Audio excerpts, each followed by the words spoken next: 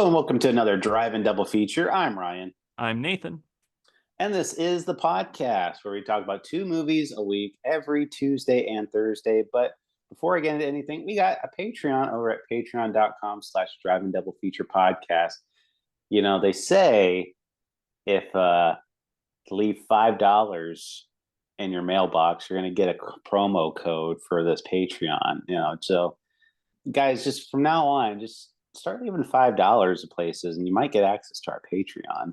Who And knows? there's all kinds of fun games, conversations, some fights on there. You never know what you're going to hear. So please just leave your $5 somewhere where I can find it, and I will leave you a promo code, and Thank you'll you. get that soon. Don't worry. I mean, it won't affect any regular content. So please go over there to the Patreon, or you can just go to the Patreon website and sign up there too. That works. Mhm. But either way, both work. Both these work perfectly. But today we're going to be talking about 1991's Riki-Oh, the story of Riki, and that is directed by Lam Nai Choi. Now, this movie is actually based off of a Japanese manga, well, loosely based, where it's a man with superhuman strength in a prison, and his punches are so strong that he could literally punch people's heads off. It's kind of like if you ever watched the anime, I don't know if you have or not, Nathan, or if you're aware, but Fist of the North Star. I've heard of it. Yeah. Yeah, I mean it's got that meme or whatever where it's like you're already dead or whatever, Hmm. and that's kind of like he does, except he does like pressure points and like it gets their heads to explode. This guy just punches their head so hard that it just like caves in on itself. Yes. Yeah. Um, so this one actually did have a manga, ran for about 3 years, and it actually had an anime adaptation as well too. So pretty neat out there. But it's a very very simple story. Like I said, it's this guy Ricky who had a girlfriend, and his girlfriend ended up being killed uh, by a crime boss, and he ends up going to jail for that crime. Um, and because of that, uh, nobody really wants him there, because he's kind of like the big tough guy there, and they're trying to bully him around. So Mhm. eventually, he just kind of works his way up where he's just like beating up random thugs until he's up against the final boss of this movie, and it's a wild ride, I gotta say. I mean, I was expecting stuff that was over the top, but I guess I was not expecting like the levels that it actually went to. Like this is really close to another movie I think that we've kind of talked about before, which is that movie Dead or Alive, not Dead or Alive, Dead Alive or Brain Dead, that one, the Peter Jackson one. Yep. So That's exactly what I was gonna say. This movie reminds me of like early Peter Jackson, just like over the top blood and gore. It's really unrealistic, which is why I didn't really like this movie. It's not based in realism. It's too much. well, yeah, any movie that's not a documentary means it's bad. Exactly. I want something real. And yeah, Yeah, can you even say a documentary is real? I like just recordings of people when they don't know when they're being recorded. I asked, did this actually happen? And if it did, and I'm like, well, why am I watching this? Yeah, exactly. But no. Jokes aside, yeah, it is super over the top insane. Yeah, and this movie stars Fan Sui Wong, and he was actually a young up and coming martial artist at the time of this movie. Mm. And they signed him on because they did want a martial artist, and he was only 18 years old at the time. Wow, that's crazy. And when they signed him on, he was just like, "Oh, great! I get to be in a movie," and he had no idea Mhm. what he signed up for. And then I guess he was like really shocked the level of violence that was going to be required of him in I this was movie. I was wondering that for like the actors, like did they know what they were getting into, and like did anybody quit when they found out what they were getting into? Like I gotta imagine. I mean, because we've kind of talked about that in the Jackie Chan ones, where it was just kind of like once you sign on to this movie, it's like you do not quit. And, Yes, yeah. like they tapped that. That was like I remember they were talking about that, and like the whenever stunts would happen in a Jackie Chan movie, like like you fall and get really hurt afterwards, and it's like you can't just take a break. You just like get up and like, okay, my arm's broken, but next scene, please. Yeah, exactly. Yeah, and I wonder if that's exactly how this was. It was like, all right, well, you got cast, you stay in the movie. I mean, saying that though, this movie looks like it was a lot of fun to be in. It's not like it was it looked like hell or anything. No, if anything, it was just very messy. I mean, Yeah, literally messy. yeah. Um, Mark Summers wasn't in it, so everything. So like I hope no one had OCD in this movie. it's just ironic because he got slimed all the time, but still. I know. I always think that's funny. But no, like this one, it really sets the tone kind of early, like because I knew there was going to be like over the top action, but I just wasn't expecting the level of gore that Mhm. was involved in with this one. Like because it gets started right away when it's like these other prisoners are bullying this like older prisoner, like it's like an older man, and they're really brutalizing him, and they're like hitting him with a knife, and his face is getting all Mhm. cut up, and then Ricky. Uh, One thing about this movie is that violence and injuries are just kind of treated like minor inconveniences Yeah. sometimes. And like, so what happens is there's this like plank of wood with nails sticking out of it. Just in the And middle of the bathroom. yeah, just in the middle So of the funny. bathroom, never explained. Uh-huh. Ricky trips this guy, and this guy falls face first, and like half of his face is impaled. Like it goes through his Yeah. skull, He stabs like his eye. he lands on his hand too, so it Yeah, goes through his hand and into his eye. And it's so fast too, because the setup for the beginning of the movie is like him just getting in the prison. It's just well, his name isn't Ricky in the version we watched. Unless did you watch the English dub or did you watch the original language? I watched the English dub. You watched the English dub? Okay, well, I watched it in its original language Oh, actually. oh, So cool. we Okay. kind of got different things here because I've heard that the dub is insane. Because funny enough, I've known about this movie for a very long time because I had friends in high school that loved this movie. They talked about it, always told me to watch it. I never did. I never Well, watched it. it's like that old adage. Like when anyone like is really adamant about you want to watch a movie, it's like I want to watch this movie less now. Yeah, exactly. But hey, we're here watching it now. But but yeah, I've seen this scene before, but it's still something about it because it's such a like slow start and then this extremely violent image. Like it's like insane looking, right? This like impaling through the head. Yeah, and like I said, like if you fell on like face first into like nails, like that would probably kill you. I mean, it looks like it's really close to killing this guy, but he just like gets Hmm. like my face, and it's just Hmm. and they rip it out, and he just has like an eye patch for the rest of the movie. But um, yeah, I just because it took such a hard turn because, like you said, it's pretty mundane. But yeah, he is called Ricky, and then the English one they keep calling Yeah. him Ricky. No, his name And is Lick Wong in but yeah, in the actual and it's I think what language is it in? I think it's in yeah, Cantonese. yeah, Okay. It's so yeah, so they do. Everyone always calls him Ricky, but when that guy falls in, he gets impaled. So they're like, okay, like that, and the guy with the eye patch is like, all right, we're gonna have to put a stop to this Ricky guy. mhm. So they hire like this big, huge, giant guy, and he comes over, and Ricky just like punches him through the stomach, like literally arm goes through this guy's stomach because he's got a bigger stomach because he's a bigger guy, so it's just like whole arm just like up to the elbow, like punches Mhm. him in there, and this guy just dies, and it's just like a waterfall of blood comes out of him. It's so funny, like how gory it is. It's like a cartoon. It's like cartoon levels of violence, but not, it's like way more hyper violent than that. But that's what I like about it. The violence is treated almost like slapstick. Like it's not like horrifying or anything. It's kind of just like a joke in a way. And I mean, and then keep doing it. Like the punching through the stomach, the vines getting heads punched off, it never stops, but it also never stops being fun because of it. Like it still is like they're always trying something different with every bit of violence in this movie. Yeah, and one thing you could tell right away is this movie was made on a very cheap budget for Yeah, like this type because the set the looks like it's made out of like styrofoam or yeah, something.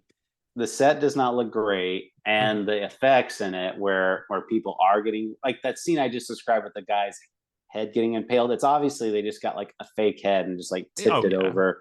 Mhm. So it's pretty obvious how they filmed a lot of this stuff. So Mhm. it's but it's so amusing to see because it's Yeah, just the level of violence that are in each scene that it just keep they keep ramping it up and up and up. and it's just so much fun to watch. I mean, like I hate to be one of those movie watchers, but like just the fact that it's all practical and just watching all of like these I mean, it's true. It's like all these fake blood and guts. It's just fun to watch. I don't know. Like versus like, oh, let's make a modern splatter movie. It wouldn't be like this, I don't think. It wouldn't be just this level of gross out special effects by any means. Like it literally looks like a mess on screen, kind of like Dead Alive.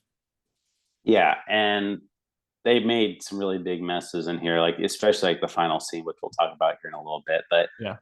uh, there's, I mean, there's so much more I could describe because there's a lot of really violent scenes, like, and it just keeps going up and up. But like the main one of the main antagonists of the movie is the assistant warden who they call Cyclops, and Yes. because he's got a fake eye and Hmm. he's got a hook for a hand and everything. And what I like about him is like Ricky always just like, and he gets his chance to, he always like beats the crap out of him or Hmm. whatever. And he just gets progressively like worse and worse as the movie goes on. Yeah, exactly. But he never kills him. I love his office because his office is just filled with walls of like pornography.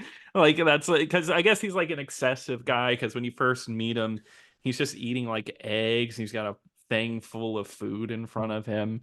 Um, And I mean, he's just as sadistic because this whole movie is set like I guess prisons are private in this timeline, so they're making like profit off the prisoners, and he controls like the gang in each wing of the prison. That's why it felt like a video game because it's like, oh yeah, this wing has a boss, and then this wing has a boss. We all have bosses, which I guess is very anime like as well.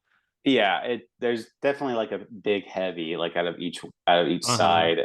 Like the next one he fights is this like knife wielding guy, Hmm. and same deal. Like this guy has powdered glass in his hand, and he throws it in Ricky's eye and like rubs it in his eye, and like Ricky's like blind, and, like blood pouring out of his eyes, like and then he gets stabbed too. And that's the other thing too. Like Ricky just he gets like beaten the crap out of him, like multiple. Like he gets a lot of damage, Oh and yeah. but he always bounces back. Like and how he solves this, he hits like this water pipe or water main, and like Hmm. it's water sprayed in his face. It's like oh, like I'm so much better now. It's just Yeah. like washing away all that glass, and now he can see again. Yeah, there's one scene later in the movie, or I think it might be that same scene. I don't remember quite well, but there's that scene where he gets cut in the arm and his arm's That same broken. scene. That's the same scene, yeah, and his ligament is broken, and they're like, "Oh, you can't do anything because your arm isn't working." And he like literally takes like whatever the ligament out of his arm and like ties it like a knot, and then he's like, "Yeah, all better now. I'm ready Uh, to kick your ass." that was probably like the most sickening scene for me. Yeah, Like yeah, because the idea of like just pulling some stringy thing out of your body like that. yeah, it's so gross. Like that part, I was just like, oh, like, Yeah, but it's definitely disgusting, and there's so much of that. There's so many great moments. There's that one scene where they're literally in a room, and like there's one boss of one of the wings who's just a really strong guy, and Tarzan, yeah, Tarzan, yeah, he just walks in to a room and just smashes a guy's head like a watermelon. Like literally walks into a room, just some guys there, and he just like claps his hand between his head and his yeah, head explodes. And just like it's full of these moments of just like, where did this come from? yeah. It's so violent. I mean, there's another one too where he's fighting Tarzan, Hmm. and like I laughed pretty hard at this one scene because they're fighting in this jail cell, Hmm. and the Tarzan and him are like trying punching at the same time. So like normally it's like two fists would be colliding, but Ricky's fist is so strong it punches through his fist and like his whole arm just like explodes off, and Great. then he throws an uppercut at his chin, Hmm. and like the fist goes through the bottom of this guy's chin, and then he Uh-huh. like pulls his arm back and rips off his lower jaw. Yeah, which is really funny because a few moments later, this guy's still talking. Because Yeah, you think he dies, but then he's alive, and he's like, "Oh, Ricky, I'm gonna help you get out of here," or whatever. yeah, but but that one they use like another dummy, so it's just like I know, yeah. it's very very obvious when they do stuff like that. But the main bad guy shows up, which is actually the warden of the prison, and he's got his like little sniveling little son too, which is Played by clearly an played by adult. an adult man. Yeah, There's that great moment where he's skipping down the red carpet and he trips and then of course they're like, who let this carpet out, and the not the warden, but Cyclops is like because it's obviously him, and they just literally pull a prisoner out and like, he did it, and they just kill this prisoner. yeah, It's like cartoon comedy at times. It's not too funny. It might be a little like too slapsticky, but there's like some kind of like, it's just fun. It's surprisingly lighthearted for a movie like this. yeah. There's not a whole lot of weight to the movie. I Yeah, mean, and it knows what it is. It's another movie that just kind of knows what it is and what you're here for, and it's okay with just having a good time and kind of making no sense. yeah, but how the only sense, like I said, the point is like now like this warden is trying to get him killed, and then he's Hmm. hired like these other assassins, like these guys in jumpsuits, pretty Hmm. much. And one is this guy that has like bars, like this like needle, I guess, on a string or whatever, and he's able Yeah. to like throw it and like stab him and get him tied up. And the other guy's just he's also just kind of like really strong, but he's like a Yeah. little guy. Yeah. There's like real one really disgusting scene is like they tie up Ricky Hmm. and they're trying to interrogate him, and the guy gets a handful of razor blades and dumps it in Ricky's mouth and tapes it shut, and then just starts smacking his face like Uh-huh. and you just see like his whole like cheeks are just shredded to bits, Uh-huh. and like the razor blades are just sticking out. It's so gross. Yeah, who thought of that? Who came up with that idea? They're disgusting. But then Ricky spits it out into the warden's face, and he has like all these razor blades stuck in his face. Yeah, Mhm. but it just kind of builds and builds.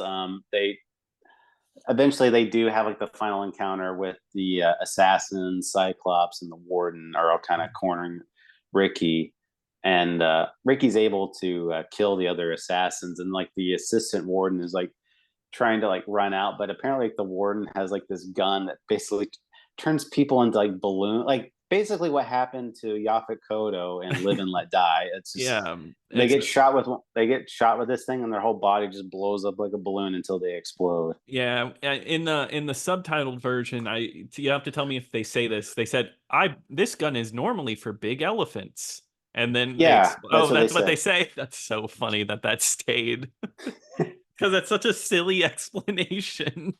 Yeah, I forget that's how they shoot elephants. They just like shoot them with these inflatable bullets that make them Yeah, yeah. explode. And they just like float and explode. Yeah. No, they don't float in this one. The best because with everybody else, they die just like by quick explosion. But the Cyclops, he gets shot, or the Cyclops, Cyclops or whatever. He gets shot by the dart and he slowly expands. So they have like these dummy special effects where his body's just like inflating. And And, someone's getting freaky to that. Someone loves that. oh yeah, you think Yep, so? I think so. Yeah. Well, I hope they had a good time. But Okay. but yeah, it's just like really ridiculous stuff like that. And how the movie climaxes is the warden, he's like this, I guess like this stuffy kind of like old, like middle-aged man, like balding and all Hmm. that. So you're waiting for them to like, okay, when's Ricky gonna kick his ass? Like, Hmm. because he's a weak guy. But then all of a sudden, like the warden's just like, you think you're so tough, like I you, know. I love that. He's I, like, I'm the best kung fu fighter in the to, private prison system. yeah, he's like, to be a warden, you need to be a master of kung fu, and then what happens is he goes through a literal transformation sequence Mhm. where the warden just becomes incredibly buff, like his like he grows like 2 feet taller, Mhm. and he gets like this grotesque monster like face on his Oh face. yeah, and they show the whole transformation too of this like body just like almost like molding into like something else. His arms get longer too. It's insane. And what's so funny is you think it would last longer than it actually does when they have this giant guy out here. Yeah, it one thing they use, like I remember, it's like they use like a latex rubber mask, and Hmm. they're stretching it out like really Yeah. far, and they like to show like his face is like transforming. It's so stupid looking, but it's like that's like the whole point. Yeah, you kind of love it. I don't know. I was watching this stupid special effects. I was like, ah, this is just funny. They put this in a movie. Yeah, it's very funny, but even still, Ricky is, he's a little harder to beat, but I kept thinking like he's able to beat this warden hard like easier than some of these other I know. people still, even though this is supposed to be like the big bad guy. But how he defeats him is he throws the warden like feet first into like a giant meat grinder, and Yeah. it just disintegrates his whole body. And the movie like kind of ends on a real positive note. Ricky goes out to the prison yard. They're still fighting the other prison guards, and Ricky just like runs up. He has the warden's head and just spikes it like on the ground, and just sprints over to the concrete wall and just punches a giant hole in it. No. And then the movie ends with him saying, "You're free now." Yep, and they run. It's like the end of One Flew Over the Cuckoo's Nest, except it's Yeah. the whole prison. Yeah, it is a very heartwarming ending. It's so funny that Riki-Oh is supposed to be like this likable, lovable, nice guy character because they have like the flashbacks to his romance. He's a nice guy, but he just kills people in the worst ways possible the whole movie. Well, they deserved it. I guess you're right. But yeah, that was one thing. Like we didn't say like that. Like they showed flashbacks, like you said, of Mhm. him with his girlfriend, and it's so like, oh, Rick, like they're playing like with a little like remote control airplane. Yeah, and like And well, and he brings one out. It's like a helicopter, right? And he drops it in and has like a big banner that says, "You are the firecracker in my sky." yeah, it's But really her they show his girlfriend's death, which is her running off the top of a building, and it's literally just a dummy falling off of a roof of a building, which I love seeing. well, it reminds me of you showed me the GIF one time. It was like of Mhm. like somebody threw like a Kermit the Frog puppet off Yes, yeah. the and it looks like that. That's one of my favorites. So yeah, very ridiculous stuff. I don't think it's meant to be taken very seriously. I think they were really going for like a over the top like comedic point of view. So um I had a great time watching it. It's really fun and entertaining. I if you love splatter comedies, gore. I mean, obviously, if you don't love gore, stay away from this movie because Yeah. that's like 90% of this movie. And Yeah, if you that's like why I enjoyed this movie. So like if you don't like that, then you probably will not enjoy this whatsoever. it, yeah, you wouldn't watch it for the acting or anything like that. I mean, No. so uh, but yeah, it was pretty fun watch. I mean, I would definitely watch this one again. So yeah, I would say check it out if that's something you'd be into. No, I agree. I recommend it. It was a blast. I had a really good time with it. It'd be a good movie to watch with like a group of friends. Like it would be a good party movie. Like it was just like sit around and have a good time with it. So yeah, I recommend it. Watch Well, it with your definitely. parents. Oh, okay, yeah, I'll do that right after we get done with this. Yeah, go do it. Well, perfect. Well, I think that's going to do it for this episode, Nathan. So, Nathan, what are we talking about next week? All right. Well, Ryan, we are talking about another James Bond movie. So it is Bondmara all over again. And we're going to be talking about Quantum of Solace. Ryan, I'm not tricking you. We're not watching some French garbage. We're watching an American masterpiece. We're watching Quantum of Solace. Oh, I remember 2008 like it was yesterday. Oh, me too. But Ryan, what are we going to be talking about on Thursday? Well, Nathan, we're going back to Gamera, of course, and we're going to be talking about 1971's Gamera versus Zigra. And is that playing anywhere? And that is for free on Tubi right now. Awesome. Well, I'm excited to watch that. Oh, great. I'm glad you're excited. But if you have any thoughts and opinions about this podcast, please email us over at drive-in-double-feature-podcast@gmail.com. Don't forget to follow us on X at DIDFpod. And once again, check out the Patreon at patreon.com/drive-in-double-feature-podcast. But until next time. Until next time.